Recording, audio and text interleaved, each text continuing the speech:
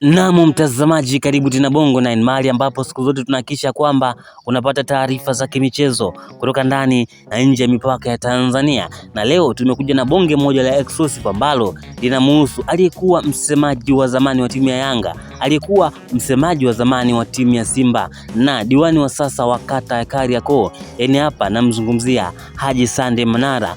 Watu wengi wanapenda kumuita Eli Bugatti. Bwana mtazamaji wa Bongo9, mambo mengi sana ameweza kuzungumzwa kuhusu Eli Bugatti. Mara Eli Bugatti anataka kurudi nyumbani Simba, mara Eli Bugatti ameikashifu klabu ya Yanga. Kuna moja kati ya interview zake ambazo alifanya na Crown FM, Crown Media.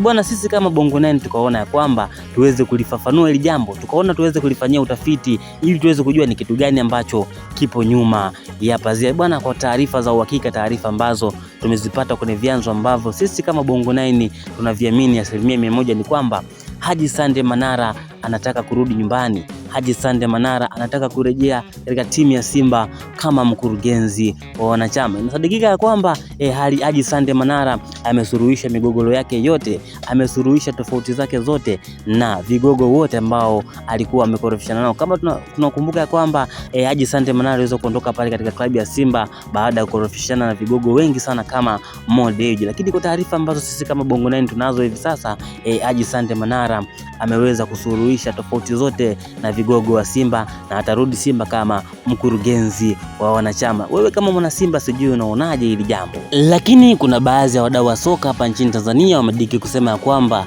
hizo ni propaganda ambazo timu ya Simba imeamua kuzitumia kuelekea mchezo wa dabi ya Kariakoo ambayo itafanyika kule katika uwanja wa Amani Complex uliopo visiwani Zanzibar. Lakini sisi kama Bongo9 tumehakikisha kwamba tumefanya utafiti ambao matokeo yake tumegundua kwamba Haji Sande Manara anarejea Msimbazi, Haji Sande Manara anarejea nyumbani kama mkurugenzi wa wanachama. Bwana, hii ni Bongo9 mpenzi mtazamaji, usisahau kusubscribe, kulike, kushare na kucomment. Mpaka wakati mwingine.